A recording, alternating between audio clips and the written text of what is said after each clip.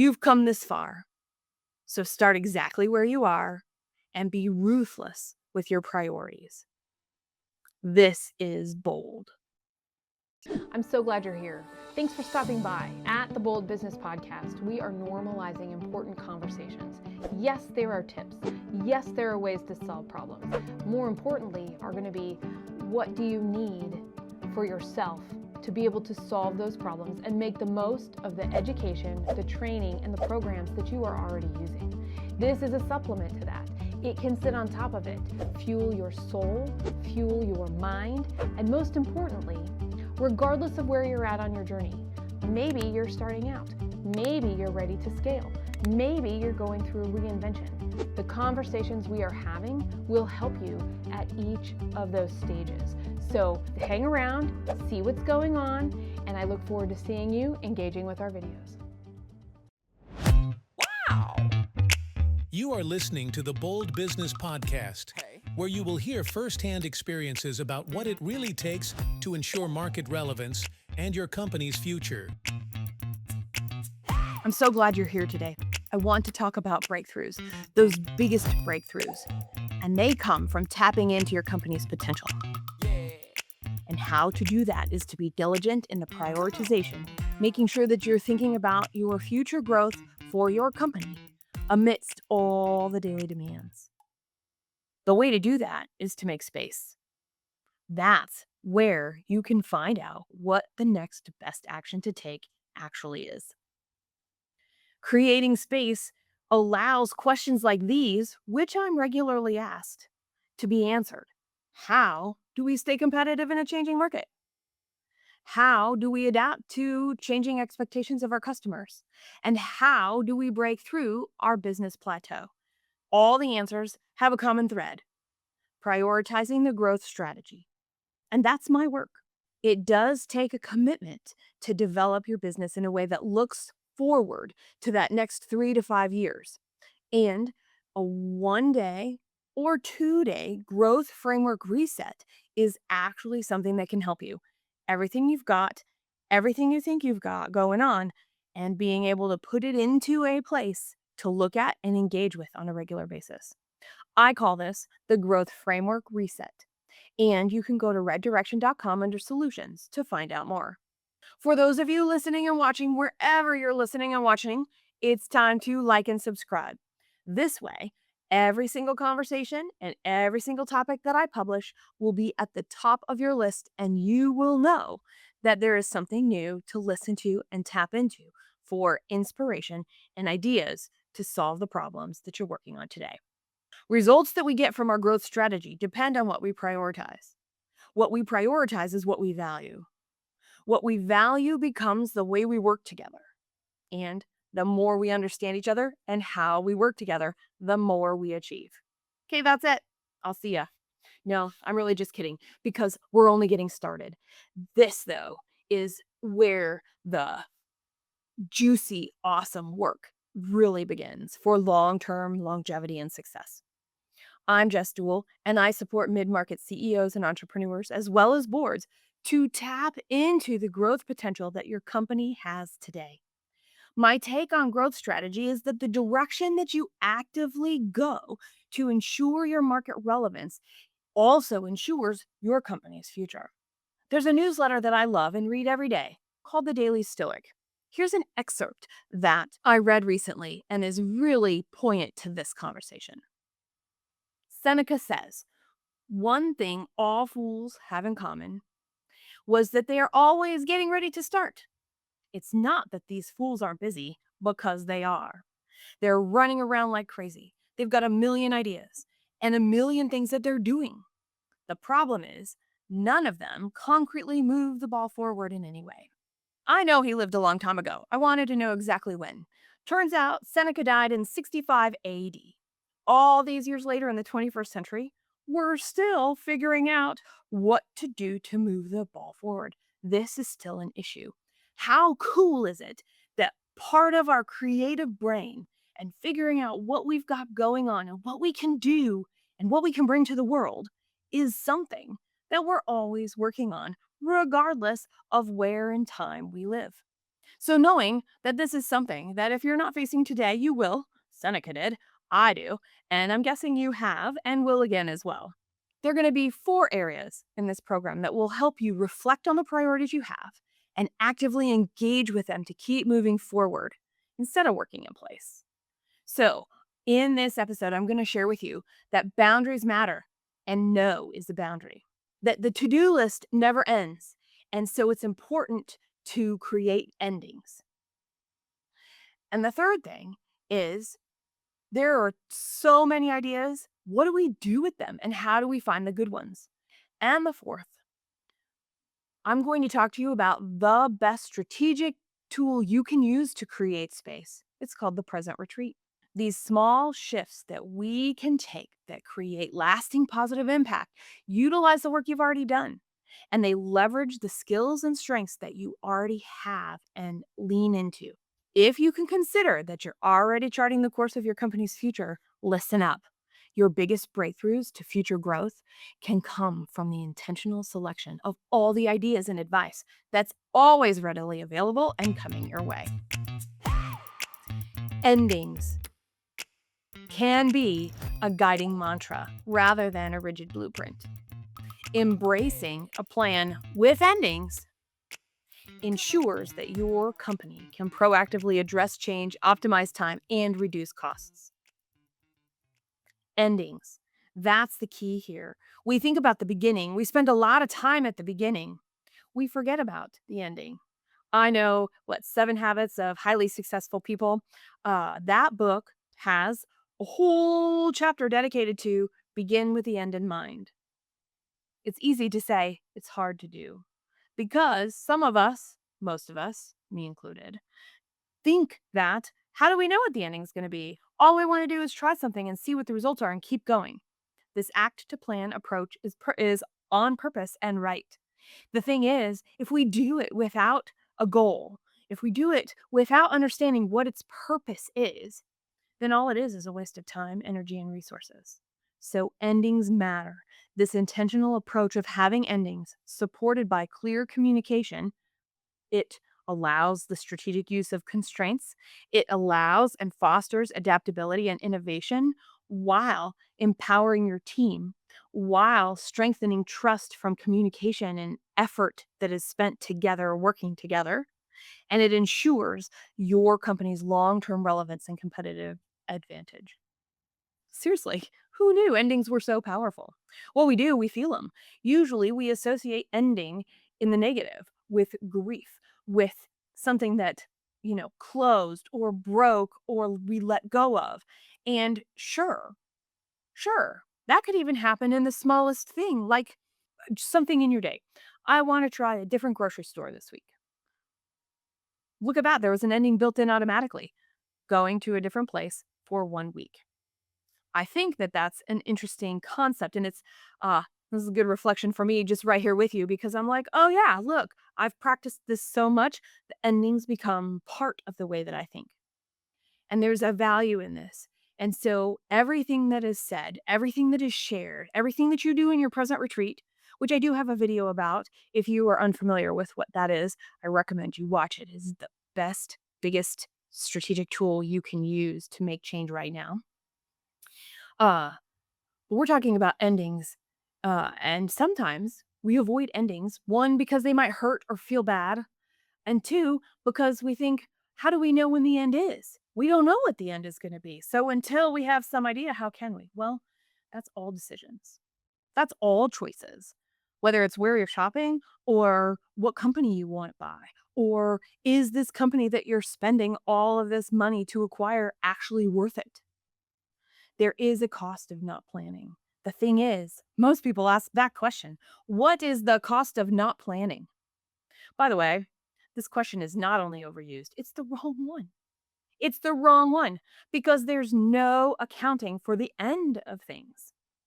A plan, most of the time, has like we just throw it in a year or we throw it in a quarter and then we see what happens. Instead of going, what is the ending for this experiment, this plan, this implementation? This deeper level of time management by putting on an ending not only reduces costs, because you know you've committed, you have a constant, clear awareness of the period of time that a cost will occur to make something happen and see what the result is. Those are clear decisions that come with some level of certainty because we know what's going on in our business, because we are strategically ready. We understand what our goal is, and we've got to find out if it will work for us this way or what we need to adjust to make it work for us our way. Proactively thinking about the end not only increases productivity just because you've got tools that you can manage all the stuff better, but it's also because this productivity comes in, there's less uncertainty and lack of clarity along the way. The communication that you are able to have with your people can be specific. When you are taking the time to look at we're this much closer to that end goal, here's where we're supposed to be, you know what questions to ask. And in fact, even better will be your team will know what questions to ask and report into you so that when you're doing the assessment, it's already there. That is a level of trust. That is a level of engagement. That is a level of contribution that we all seek and few ever get. And who knew? It's all about having an end to an idea, an end to a decision, to see how well it went, to see if it's what we thought it would be for our team. You might have heard this stat. In 2024, Gallup reported that only 22% of employees feel like the leaders in their company have a clear direction for the organization. Everybody has a strategic plan and don't use it enough that their teams know what's going on. So, the thing you can do, a strategic plan, an end to projects along the way, this allows you to claim your direction. Once you are able to claim that direction and say, this is where we're going and this is what we're doing, and you're confident about it, even if that just means you're clearly sharing it and communicating it, that is the direction everybody knows. That is the direction then that everybody works on managing their time, managing their energy, managing other priorities. And as they are able to say, hey, I think these are competing. I'm not sure which is most important here. And you and they can work together to confirm what is the right thing right now, to stay on track so that the path from the plan with an end that you have created is actually moving in the general direction that you want the company to go.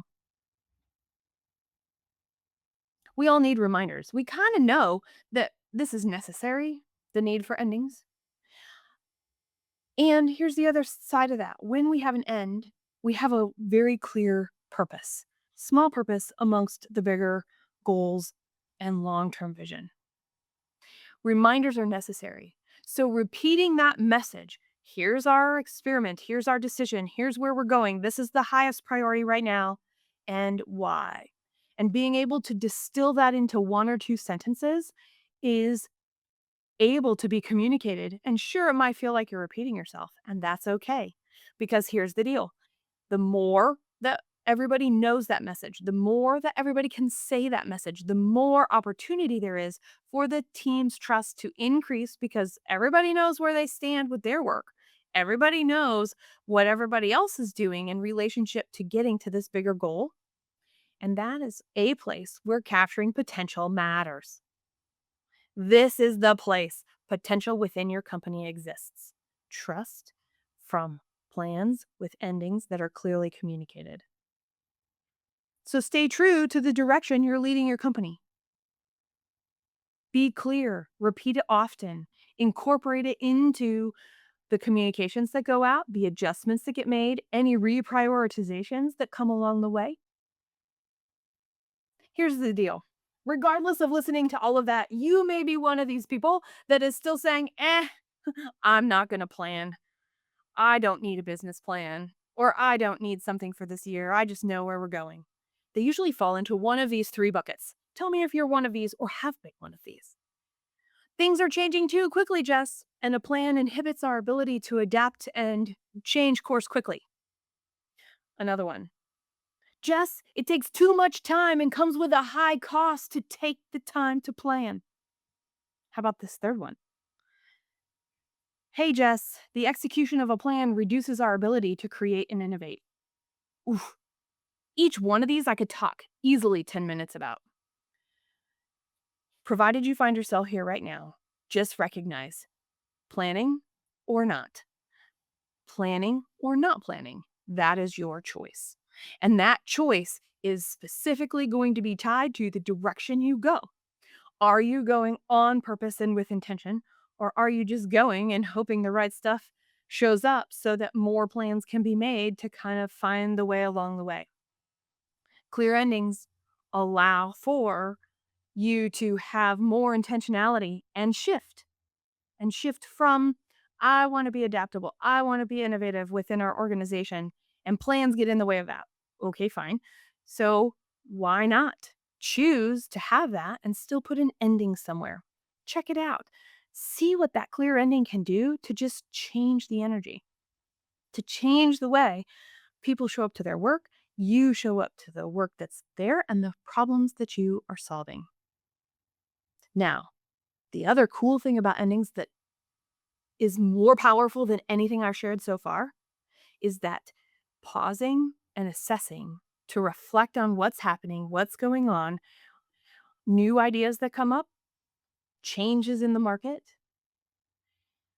Endings allow for sure a time to pause and assess and reflect. This is incredibly powerful because when you pause, assess, and reflect at a completions point specifically, you're going to know, have we been doing the right work? What's the next right work? Does it need to be done now, or is some other work actually the right work to be doing and we need to change the order of things? It's in these reflections from endings that allow us to check in to stay aligned with our overarching strategic goal 5 years or more out. Planning 5 years or more out with clear endings will allow you to see positive shifts in the way your company is perceived, the market share that there is, the profitability that exists, and the cash flow necessary by creating time with endings and reflections on those endings. Did you know boundaries? Saying no actually creates time. It allows you to prioritize what really matters and protecting the scarce resources of time and energy for you and your teams right now. There are two letters when put together can be very powerful, and many of us don't even like to consider them. N-O, the word no. This is the answer to resolving the overwhelm that comes from growth opportunity. Advice. What has been working for other people?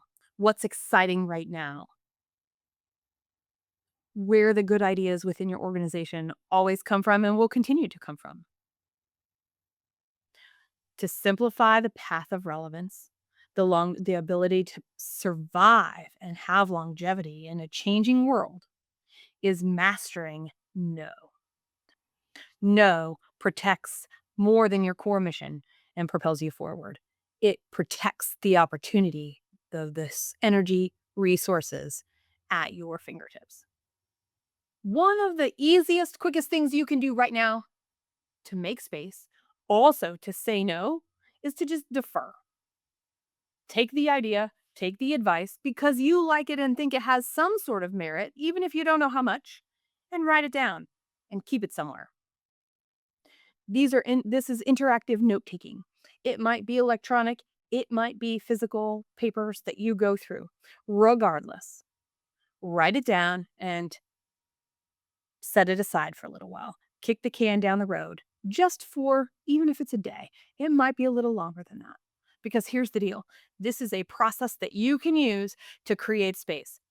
Deep thought, making a decision about a new idea takes time and energy, and it physically requires a reset of what's going on and where you are at and how you are showing up. That's just like a distraction when an alarm goes off, when an email comes in, or your phone rings, or somebody knocks on your door to come in and chat with you in your office. So recognize that everything that comes in may have a purpose. If it doesn't, get rid of it right away. If it does, write it down. This is a process that allows you to have a standard. I will evaluate ideas that may have merit here and now. I will understand what this is because they may help us grow and change and innovate and evolve and be creative. And this is my standard. I will say no right away. I might even be able to say yes right away. It is likely I will take the idea and think about it later. Now back to no. No, the N-O put together is a boundary. We don't really talk about no being a boundary for strategic ideas, yet we consciously, every time we make a decision, there were a whole bunch of no's that are said without saying no to that, no to that, no to that, no to that. Crazy, huh? So when we actually take the word no and we use it as a boundary, not only as a constraint to make sure we're staying within the shape of the experiment we're working with, we also have the ability to see lasting returns. It takes a long time to sift through all of the opportunities. And if we're doing it, that could be, I mean, what the stat says something like 7 minutes of every disruption. So if you're asked to make a decision about something that's strategic or that would cause a change of energy and resource management and possibly create a competing priority, and you have to stop and think about it, that's a minimum of 7 minutes to stop, to get to be able to think about it, and then to switch back to whatever you were doing. 14 minutes every single time. That's a lot. So to get these lasting returns, to get results beyond the numbers, to build your company for enduring relevance, especially in constant change, is to say, got it, maybe, I'm going to put it aside and I'll get back to you. Because here's the deal. Why are we willing to take those 14 minutes and then whatever time it is between the transition to and from that deep work of making a choice? It's because we're fearful. There is an underlying fear of being irrelevant, of missing an opportunity. And you know what? That major driver, that need to always change, the constant feeling of knowing change is inevitable, it's the quickest way to a plateau. Is by trying to do too much, look at too many things all throughout the day, and encouraging your teams to do the same thing. It creates overwork, which means there's tiredness, which means there's depleted energy, which means not saying no enough is something that's happening in your organization. And the fear of becoming irrelevant is a concern that no directly addresses. Because when we stop and we can put something aside and think about many things at once deeply, we can find out and rank them together instead of individually. One example. So here's the deal. The skill of saying no is interesting to me. I have a 4-letter word for the word no. And to this day, my whole life, I always want to say yes as much as possible. A hell yes is even better. And I have found that learning to say no has changed the way I do business for the better. This is a skill that when I recognized when I said yes to something, I was saying no to something else. And when I made a decision, I was actually saying no to a lot of other things. I was able to shift and change that. So if you're like me and you want to say yes and you want to have as much opportunity as possible, part of the ways to do that and do that well is to say no. And here's the deal. Skills are always evolving and they're always changing, me included. I found a video clip. I found a video clip where I am talking about how to say no and how I showed up to say no in 2017. We're going to watch it and then I'm going to respond to it. As you're listening to this clip from 2017, back then, Jess, think about this. Is simply saying no to ideas enough to help prioritize, or is more needed? How do you handle the guilt about saying no? This concept of practicing saying no is not enough for most people. It is not enough for me. Just saying no does not help me make the choice because I get in my own way and I'm stuck with this guilt. I actually have guilt. Guilt people that I love and respect and care about and honor their opinions to help me develop my business are telling me, and I'm like, mm-mm, not gonna work. I'm like, no, hiding in the corner, right? Sometimes it's not being able to have the time to allocate to all of the steps for production, recognizing, well, what's it going to take to actually do that? Okay, it goes on and on and on. And what matters here is, yeah, I did have guilt. Yeah, I didn't like to say no. And here's the scoop. Let's come back to that question. Is simply saying no to ideas enough to help prioritize? And guess what? My answer back then and my answer today is that yes, simply saying no to ideas is enough, as long as we're saying enough no's. Because here's what I firmly believe, and once I realized then, has only grown deeper and deeper and created a great foundation. Saying no sometimes just isn't enough. It wasn't ever enough for me. Because am I making the right choice right now? Am I saying no to the wrong thing? Right? There's always this uncertainty. Not to mention, on top of that, I kind of like it, but I still need to say no because it's not the right thing at the right time.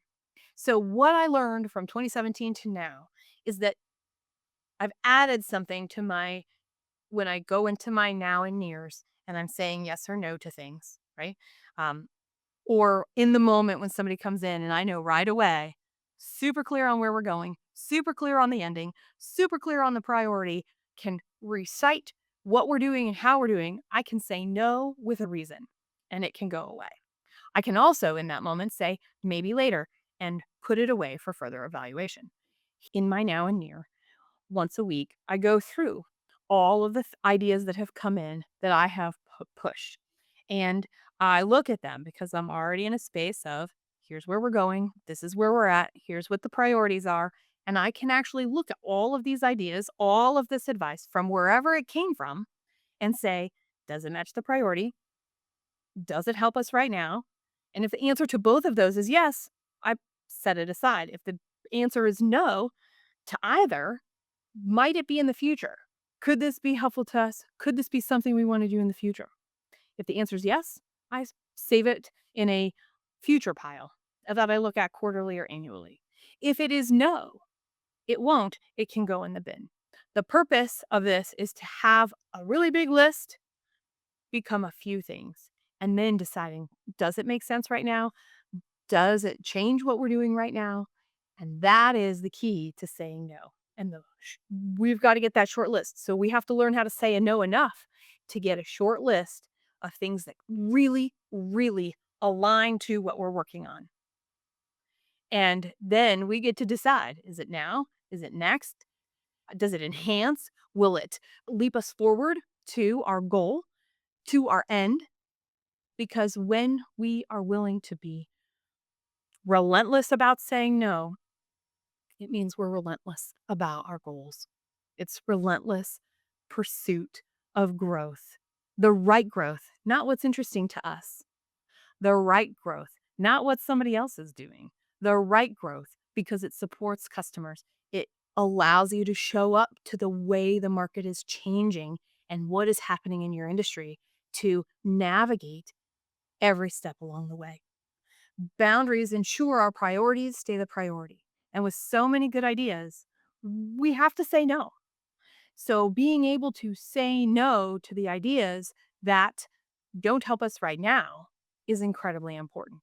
Because when we know not only our future 3 and 5 years out, we know it might help us in the future, just not yet. And we know it might help us now or not.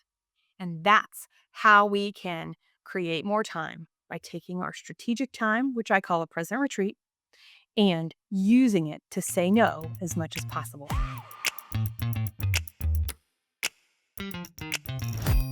With growth framework resets, they bring their questions showing up around growth strategy, around these big questions, around the complexity, around the consistency.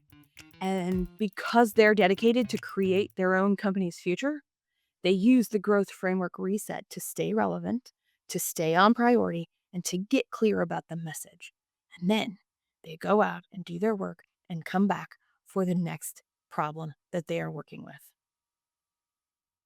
And so when I work with them, we're always thinking about what ideas are the best ones. And that's really what you have to figure out. And that's what this is all about.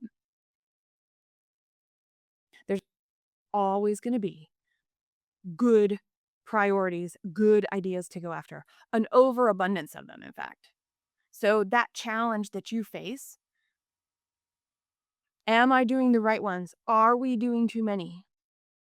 Anything that's competing for attention, anything that has to be set aside for something else to be focused on, indicates there are too many priorities.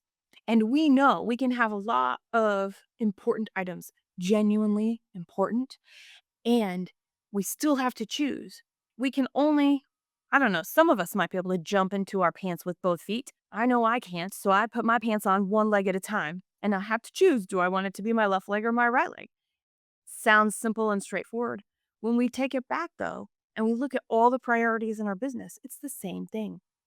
When we're talking about what is the right work to do and discerning that, then we can do as much of that right work as possible. And that's when we get to say no. And I can also tell you, it's not always enough. It's not always enough. It's typically inadequate. And I advocate for a systematic, emotion aware approach. And that is important because it is repeatable. It brings in the way you do your work here, the values that you prioritize in the choices that you make. And then you've got this concept of reflection. How does it help me do my role better? How does it help our customers more? How does it help us in the marketplace?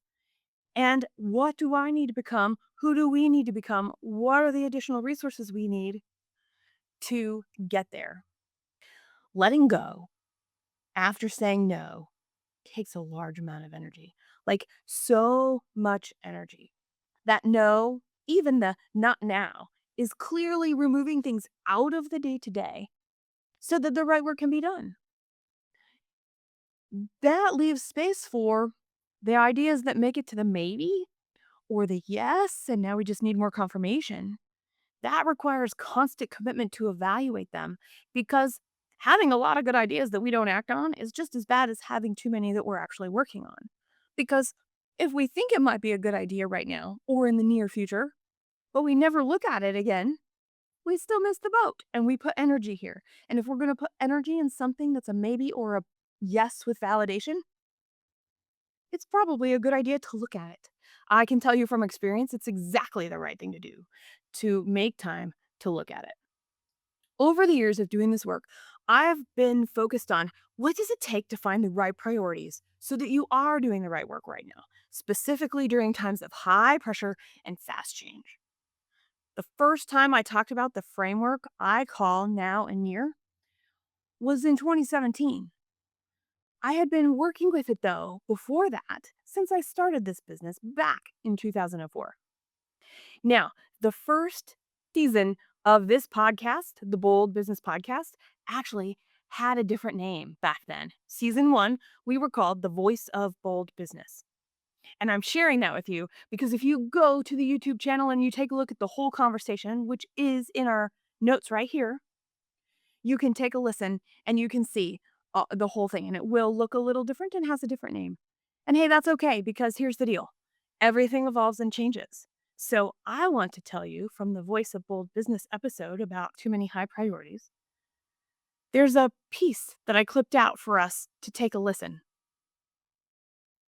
You're a journaler in general. You're taking this concept of a thought, writing it down, revisiting it, putting it someplace if it needs revisited, letting it be if it doesn't need revisited. But you've got this body of work that you can go back and look at, whether it's flipping through a book, whether it's putting it into Word files, whether it's putting it into some sort of online journaling thing. That is an incredibly helpful tool because what I have found when we're talking about high priorities and revisiting things, I'm like you. I actually have a basket. It's a physical basket. But when I think I might be shiny object syndrome or it's a really good idea that comes out of something I'm working on, I literally write it on a piece of paper and stick it in the basket. And that's not the whole idea. That's the start of the idea. And I have a video just for you that's about how you use the now and near. By the way, My basket has changed, but I'll give you a quick preview right here. Look, it sits on my desk. It's literally called Now and Near. I know many of you use digital files. I do not. And inside are all of the ideas. This is just like out of the last 10 days, right? Some stay here if I can't get to them. There's a lot of good ideas that come from my mentors that come time of it when I have my strategic meetings with my board of directors. What working with clients? Oh yeah, all of that. It all goes in there. And other than talking about just that piece right there, knowing you have a tool for more that can also be linked in our description right here for you. The takeaway is this: when we keep these ideas, especially the ones we decide to work on, we can use that as a frame of reference. We can use that as something to go back to and say, oh, yeah, we tried that. Maybe it wasn't the right time based off of the results. Maybe it's time now. Or maybe we have different resources. Or maybe we have more information and we're actually starting at the right starting line to take advantage of that idea. But if we'd never evaluated it and it sat in there or just goes into a bin and is forgotten about, how will we ever know? So, part of the pulse of business, understanding too many priorities because we have so many, is to reduce them. You can say no when we talk about how to do that. More importantly, is discerning what are the best ones of the ones that are yeses and maybes. And what are the best ones, more importantly, right now? Right now. So whether you journal, whether you keep a list, that's fine. All of this is doing is it's allowing you to collect these ideas so you don't have to think about them when you're doing other work. That transition, that distraction of switching from one thing to another is real and it adds up. So anything that requires more information that comes from a source that you trust, that feels right in your head, heart, or your gut, put it someplace to evaluate during your deep work strategic thinking time. And that's what I call a present retreat. We'll talk more about that too. Because here's the deal: the more we can say no to, that's active decision making every day during the day. Every time we're working during our work sessions, when we're saying no, when we're saying maybe or yes for further evaluation, it's also active decision making, recognizing, I'm going to need more, and making the conscious choice to give more later. And that's where the follow up commitment happens. If you're going to say you're going to do it later, do it for yourself. Even if you look at it later and then say no, you still went back and got it through the process. Because when we are able to do this, when we are able to take an idea and say, yeah, I want to think about this, just not right now. It's not the right time. Set it aside. Be able to go do other work and what's happening in the background. Our subconscious, the curious creatures that we are and how we're wired, is working on all of the ideas that are coming our way that we've said yes or maybe to. So when we bring it back out during a work session dedicated to evaluating ideas, we have all of what our background was doing. We have all of the information that we already gather, the data and results we have, the things we have done in the past, the trends and the current run rates and all the other good stuff in our business today. And then we can go out and ask some other questions and do some additional research to decide. Because here's the deal: I believe that this is one of those things, now and near or never, right? Goes in the bin. When we take the action of saying no as much as we can, and then sitting in front of us with this in work sessions just for now, near, future, never, we're actively removing things out of our work space and energy because collectively your team needs as much of that time, energy, and space to work effectively, to work with purpose without overwhelm, without burnout. And I can give you an example.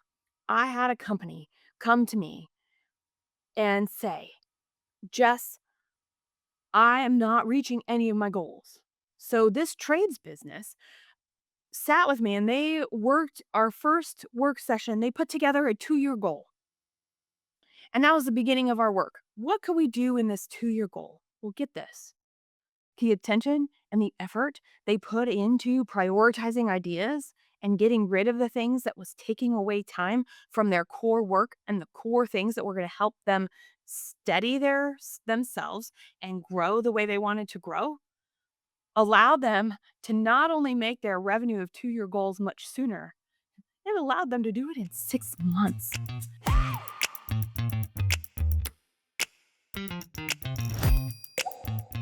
So after we talk through this, you may be like, ooh, what do I do now? Ooh, how can I show up to this? I'm not quite certain I've got it right. And that's okay. Growth framework resets are just for you in these moments. A half day, a whole day. Bring your questions. We show up to that work. We look at your existing growth strategy, knowing that the work you're attempting in your present retreat is to remain relevant and create your company's future. That's what growth framework resets are all about. It's easy to become stuck in analysis paralysis. I've got too many good ideas. I don't know what to say no to. There's just so much going on. I don't have time or space to even think about this anymore. You're right. You do. You are there. I get it. Me too. Almost every day. The thing is, when we make a choice and we put a stake in the ground, other stuff starts to react and respond to that and settle around it. And if we don't like it, guess what? We can pull our stake out and we can move it someplace else and put it back in the ground somewhere else. Pretty cool to think about and see where things settle then. Present retreats are a perfect example of that. And the more you do, like when I started out, it was 2 hours a week. And you want to know what I did? I cleaned out my inbox. I organized my desk. I went through my library of books that are around. I made some phone calls and caught up on a whole bunch of things. And guess what? Those were all things that were really cluttering my heart and my gut and preventing my brain from being able to do real work. So by like the 6th or 7th present retreat that I did that was 2 hours long, after about 35 minutes, I went, oh, I have space. I'm so excited about this space. And in that space, I was like, oh, I have all these ideas. And I started writing them down. And guess what? That's actually where Now and Near came from, because I found out that I was trying to do deep work during the week, in the middle of meetings, in the middle of updates, in the middle of working with clients. And that's a big distraction. In addition to looking at the numbers, in addition to claiming exactly where your business is and understanding how far you are or are not on the track you expected, and is it the right track, and how do you adjust the journey to keep you moving in a positive fashion instead of getting stuck in place. In my present retreat, there are a lot of things I do. I'm going to talk about the now and near first. First things first. However, you keep track of your ideas that you have week to week coming at you at meetings, things that you think of when you're in the car, or somebody says, I want you to think about this, and you get pitched that. You're saying no and maybe all week long. And in this present retreat that you do on a consistent basis, you bring out all of those things that you have said yes or maybe to. Because you didn't say yes and commit to it. You said, yes, I'll consider it. Or maybe this aligns. And ultimately, your decision with the now and near is to determine, is it something that helps us now? Do I move it to a future folder where I would look at it quarterly? Or do I need to, now that I'm set and I'm in here and I'm holding the vision and I'm holding our goals and I understand the pulse of business, I can assess, what do I want to be doing and what do we want to be doing for our highest and best good? Now and near and future are not only for me as an individual to grow and make sure I'm on track. It is for you as a business owner to, and as a role, having role and responsibilities and these goals that you want professionally, to show up to those in a new, completely different way to make the most progress along the way and help you achieve your bigger long-term goals. Thinking back to Seneca, who died in 65 AD, that I referenced in our opening today, and all of the challenges that we as humans face about doing and being and taking action, yet not going anywhere. I'm thinking about everything that was shared today. So I'm going to ask you a question, and please consider it with all of your heart and all of your mind. What is something from this program that's interesting enough for you to take away and try in the next 7 days? This will be something that sparked you. This will be something that went, ooh, it applies to what I'm doing. Or, oh, I might actually be stuck here. Come back and share in the comments what you decided to try and what the result was. And let's say you decide to try something and don't. Or let's say you decide to try something, it does make a change, and you're not quite sure what to do with the information. That's where a growth strategy reset will help you. So remember, at reddirection.com under solutions, you can schedule your growth strategy reset and bring the questions that come up from what has sparked and what your feedback and the results are. And then we will get together and we will talk about your growth strategy, what it is, what you want it to be, because in the end, what it is and what you want it to be may be different. And bringing those together to ensure the actions and priorities you have keep your company relevant, you know that those will be the ones that create your company's future. It is bold to intentionally prioritize small shifts that build lasting positive impact for growth. It is easy on the surface. It is difficult in practice. Everything that bombards us every day, the fires, the immediate actions, what's going on in our business, the advice, the information that we seek out, all of it. And being able to create space is something that is bold. It allows that space to have purpose, to intentionally prioritize. Not only right now, prioritize in alignment with what has been decided for the future. In this episode, we talked about that boundaries matter, and the word no is a boundary. We talked about quick changes that we might make and that to-do list that never ends so that we can create endings. We talked about what to do with so many good ideas. And we talked about the present retreat, the best strategic tool at your disposal. These present retreats and the tools for them utilize the work you've already done and leverage the skills and strengths that exist so that you can readily build more depth for what exists and new to help you get to where you're going. Because what got you to where you are may take you forward some more. There is an upper limit to how far you can go with what you know and what your skills are. It's important to continue to look forward and decide what is that next skill that will work for you to keep working toward the priorities that you have made, the goals that you have. You've come this far, so start exactly where you are and be ruthless with your priorities. This is bold. Every single time I have a conversation, I take away something that I want to share with 25 people. I know when you're listening to this podcast, you're also listening for that and will have something that you want to share. In the comments, I would like for you to engage with us.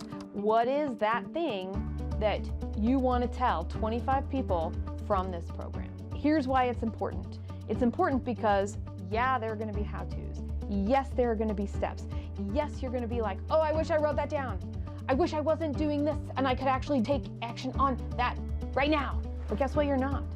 So engage right now, because that one thing you want to share with others will be the thing that you can figure out how to incorporate in your business, in your workflow, in your style tomorrow. Wow! Jess hosts the Bold Business Podcast to provide insights for building a resilient, profitable business by deeply understanding your growth strategy, ensuring market relevance and your company's future. It is bold to deeply understand your growth strategy with your host, Jess Dewell. Get more information about how to drive solutions and reset your growth mindset at reddirection.com. Thank you for joining us, and special thanks to our post-production team at The Scott Treatment.